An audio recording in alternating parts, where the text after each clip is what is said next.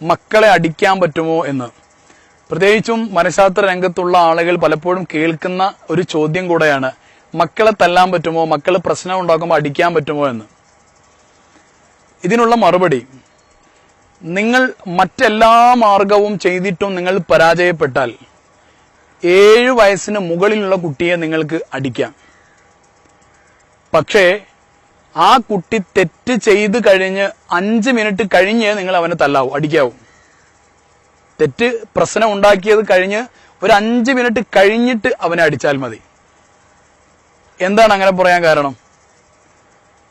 ഒരു കുട്ടി തെറ്റ് ചെയ്ത് കഴിഞ്ഞ് ഉടനെ അടിക്കുന്നതിന് പകരം 5 മിനിറ്റ് ഡിലേ ആക്കണമെന്നാണ് ഇപ്പൊ പറഞ്ഞത്. അങ്ങനെ പറയാനുള്ള കാരണം എന്താണ്?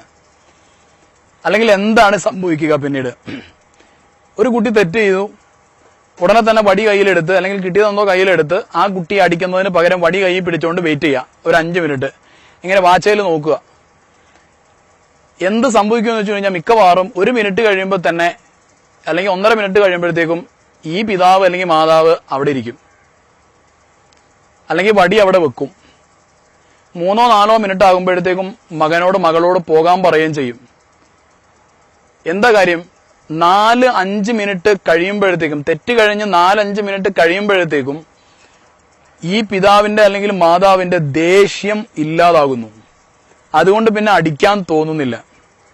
അപ്പൊ എന്തിനായിരുന്നു ഈ മാതാപിതാക്കൾ കുട്ടികളെ അടിക്കുന്നത്? അല്ലെങ്കിൽ എന്തിനാണ് അടിക്കുന്നത്? ദേഷ്യം തീർക്കാനാണ്. ഇത് തീർത്തും അപകടകരമാണ്, അത് തെറ്റാണ്. ദേഷ്യം തീർക്കാൻ വേണ്ടി മക്കളെ അടിക്കാൻ ഒരിക്കലും നമുക്ക് അവകാശം ഇല്ല. മക്കളെ നമുക്ക് സമ്മാനമായി കിട്ടിയതാണ്. മക്കൾ ഇല്ലാത്തവർ ഒരുപാടുണ്ട്. അപ്പൊ ഒരിക്കലും മക്കളെ നമുക്ക് ദേഷ്യം തീർക്കാൻ വേണ്ടി തല്ലാൻ പറ്റില്ല.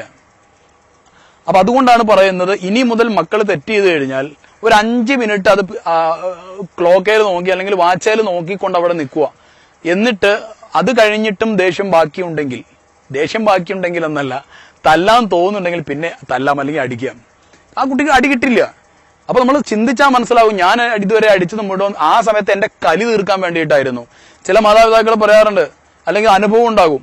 ചില കുട്ടികളെയൊക്കെ നമ്മൾ അടിച്ചിട്ട് തല്ലിയിട്ട് അവസാനം ആ കുട്ടി രാത്രി തല്ലൊക്കെ കിട്ടി കിടന്നുറങ്ങി. രാത്രി ആ കുട്ടി ഉറങ്ങുന്ന സമയത്ത് ഇങ്ങനെ ആ കുട്ടിയുടെ അടുത്ത് ഇങ്ങനെ പോയി നോക്കുന്ന സമയത്ത് നമുക്ക് സങ്കടം വരാറില്ലേ? എന്നാലും എന്നെ അമ്മ തല്ലിയില്ല എന്നൊക്കെ പറഞ്ഞിട്ട് കൊച്ചു കരഞ്ഞിട്ടുണ്ടാവും പകല്.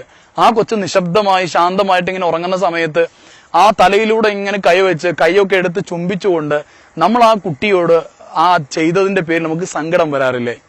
അത്തരത്തിലുള്ള ഘട്ടങ്ങൾ, നിമിഷങ്ങൾ ഒഴിവാക്കുകയും ചെയ്യാം. മക്കൾക്ക് അകാരണമായി മർദ്ദനം കിട്ടുന്നത് ഒഴിവാക്കുകയും ചെയ്യാം. ഇനി മുതൽ മക്കൾ തെറ്റ് ചെയ്ത് കഴിഞ്ഞ് 5 മിനിറ്റ് കഴിഞ്ഞിട്ട്, അതും 7 വയസ്സിന് മുകളിലുള്ള കുട്ടികളാണെങ്കിൽ നമുക്ക് ചെയ്യാവുന്നതാണ്. ഈ ഒരു മെത്തേഡ് പിന്തുടർന്ന കുടുംബങ്ങളൊക്കെ പറയാറുള്ളത്, സാറേ ഇപ്പൊ അടി അവന് കിട്ടാറില്ല, പക്ഷെ അവന്റെ സ്വഭാവത്തിൽ നല്ല മാറ്റം ഉണ്ട് താനും എന്നാണ്. കാരണം ഈ ദേഷ്യം പിടിക്കലും ഷൗട്ടിന്റെ പ്രശ്നം കഴിഞ്ഞ എപ്പിസോഡിൽ പറഞ്ഞിട്ടുണ്ട്.